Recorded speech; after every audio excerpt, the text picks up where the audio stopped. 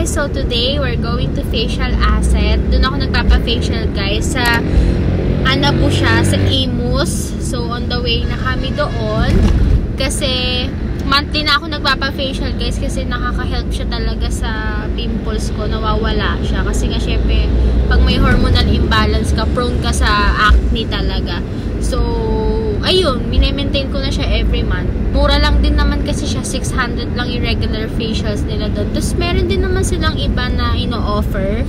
Pero yun, ginagawa ko lang yun siguro mga every 6 months lang, ganun. Kasi ayoko naman ma-over-exfoliate yung face ko. So, andito na kami banda sa may Anabu kasi guys eh.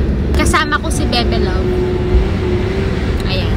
Siya ang aking driver for today. Malapit na kami. By the way guys, dumating yung salamin ko na. Ito lang recently din. Ito na siya yung suot ko. So, pinagawa ko to sa Wink Optical. So, ito siya. Ayan. Ito yung brand niya. Marami siyang option na brand doon. Para siyang Ideal Vision. Ganon. So, ito yung napili ko guys.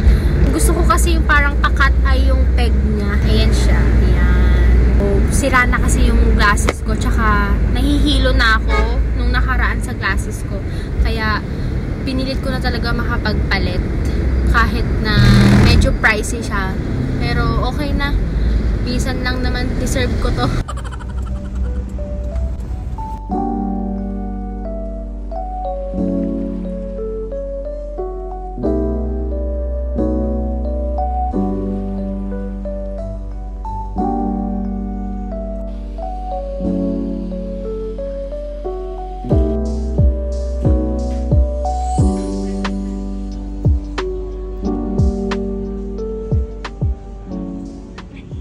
So, I just got home. Makikita nyo guys yung face ko, puro acne scars siya. Kasi pinrik talaga siya kanina. Sobrang daming natanggal. Hindi lang siya halata kasi ang daming maliliit. Pero yun ang sakit niya.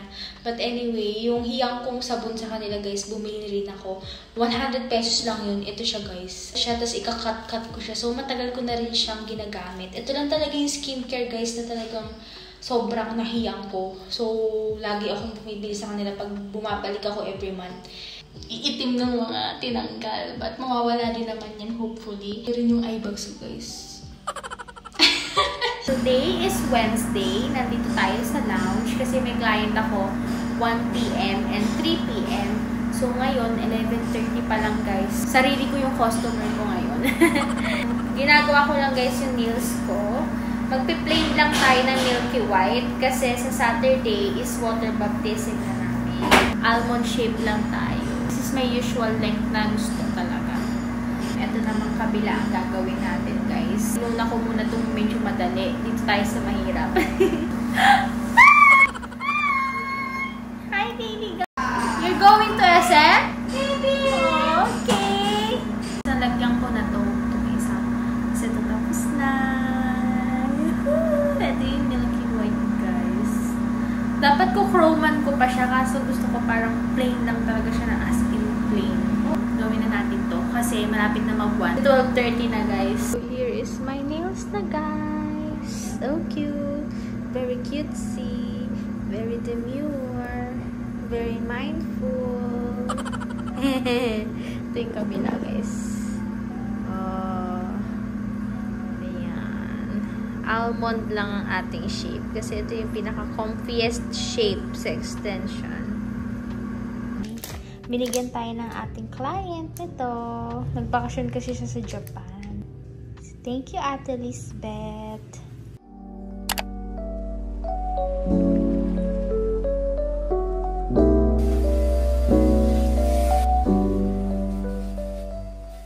May parcel si Mama, guys. Para siyang knitted na jacket. Ganda ng tela niya. Look. Pero jacket siya na may hoodie. Wow, it's so cozy. Parang pang Christmas ang peg. Meron akong parcel na dumating, guys. Ito siya. This is from BLK. Ito yung trending nila na mascara. Original price ata nito, guys, is around 400. I'm not really sure. Pero na-check out ko siya ng 231 pesos lang. Yung gamit ko kasi ngayon, guys, is nagpapanda yung eyes ko. So, I wanted to try this one kasi waterproof daw to. Tapos may comb din siya. Bubuksan ko din guys para makita ninyo. Ganito siya. Yan. Tapos ito yung comb niya. I like it. Tingnan natin yung wand niya. Yan. Ooh, I'm so excited to try this. Nag-hoard kami ni Mama ng beauty milk. Beauty milk po ang collagen na gamit namin. Ubus na yung half kilo namin. So, umorder ulit kami. Sobrang tagal na namin user ng beauty milk. Ang favorite ko guys is banana kasi probiotic yon. Tapos si Mama, ever since, ang favorite niya talaga is yung strawberry. Ito na talaga yung best skincare para sa amin. Kasi hindi naman kami ganun kahilig talaga mag-skincare and hindi din naman kami nagugluta and whatsoever. Kaya collagen na lang. Rin siya scooper sa loob. So, 2 scoops siya per serving. And then, nag-order syempre ako ng banana. So, ito effective din siya magpa-mens. Kasi di ba may PCOS ako. So, nahirapan ako magkaroon ng mens. Grabe guys, tagal ko talagang nag-iinom nito. Sobrang effective niya talaga guys. Nakaka-glowing talaga siya. Meron na rin kasi siyang collagen. Tapos ang maganda dito, probiotic kasi siya. So, di ba ang probiotic daw nakaka-clear ng skin. Tapos nakaka-healthy ng pukaykay natin. So, I really recommend this. So, nag-try din ako ng Beauty Bean. As you guys know, I don't drink coffee. Pero addict ako sa coffee noon bago pa ako magkaroon ng gastro blah blah something. So, bawal na ako ng coffee talaga. Let's see if walang acidity to and hindi sasakit yung tiyan ko or magpa-palpitate. So, I'm super excited kasi I miss the taste of coffee, guys. I really miss it. So, I need this. Sana wala talaga siyang palpitation and whatsoever. So, tinry ko na agad yung mascara. Tingnan nyo guys, ang haba nga ng hinaba niya in fairness. Parang ito yung first ever na mascara kong humaba ng ganito yung lashes ko. Kasi wala talaga akong lashes guys. Super ikli niya. But, ayan. So, I'm so happy with my purchase. 231 lang. Sobrang tipid nung pagkakabili ko nitong 11-11. So, maghihilamos ako ngayon. And then, titignan natin kung mangingitim pa yung ganito ko. Ito na talaga yung itim ng mata ko, guys, ha. Eye bags na to. Pero, titignan natin kung kakalat siya. Hindi ako gagamit ng makeup remover. Look, after ko mag-wash. Ayan, nakatayo pa rin siya. Wow! Feeling ko swimming proof, beach proof talaga to, guys. Sobrang waterproof niya. So, ang problema ko naman ngayon, paano ko siyang tatanggalin? Hi guys, just got home. So, may client ako kanina. And tingnan nyo naman guys yung eyeliner ko. Hindi na siya pantay. Yung isa burado na, yung isa hindi. But anyway, I'm gonna share with you guys yung favorite ko recently na skincare na na-discover ko because of my mom. Kasi, chinek out nyo to sa TikTok. So, ito siya guys. Itong Double Oat Moisturizer ng Clued. Ito. So, I'm not yet sure kung long-term ko ba siyang magugustuhan. But, recently gusto ko siya. And, hindi ko siya everyday ginagamit, guys. Ginagamit ko lang siya kapag feeling ko super dry talaga ng face ko. May mga red spots ako or bagong pimple na tutubo. Gagamitin ko siya. And natutuyo siya kinabukasan. So, yun pa lang naman yung observation ko. And yung kanilang sunscreen, guys, maganda rin. Ito. Ceramide Daily Barrier Hybrid Sunscreen SPF 50. Okay na okay din siya and hindi ako nag-breakout. Kasi ngayon, ang ginagamit ko, guys, is yung Beauty of Johnson. Yung kulay cream, yung packaging niya. So, okay din naman siya sa akin. Nasa kwarto ko lang siya ngayon. Ito yung kinatutuwaan ko ngayon. Hindi ko pa nga lang alam kung hanggang kailan ko siya magugustuhan kasi sobrang acne prone ko talaga.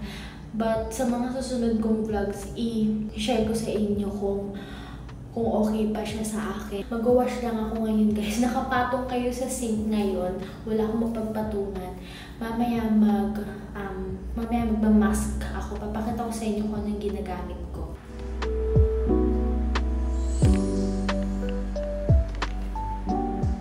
Ito yung gamit ko, guys. Nandito ako sa kwarto ni Mama. Anong napansin nyo, guys? Kulang siya sa noo ko, diba? So, alam nyo na. Sobra-sobra yung noo ko. To the point na hindi siya kasya sa face mask. Super bango niya guys, amoy kamatis. Ginagawa ko, kinakalat ko na lang yung serum dun sa taas. And then dito sa may leeg ko. Kasi to sa braso yung iba, ilalagay. Ito din, nasa sachet. Ilalagay ko rin sa braso. Yan, dami niya pa oh. Sayang pag di ginamit oh. Legs, pag sobra. Lahatin muna te. Sayang ang bawat patak. So, 20 minutes natin to ibababad guys.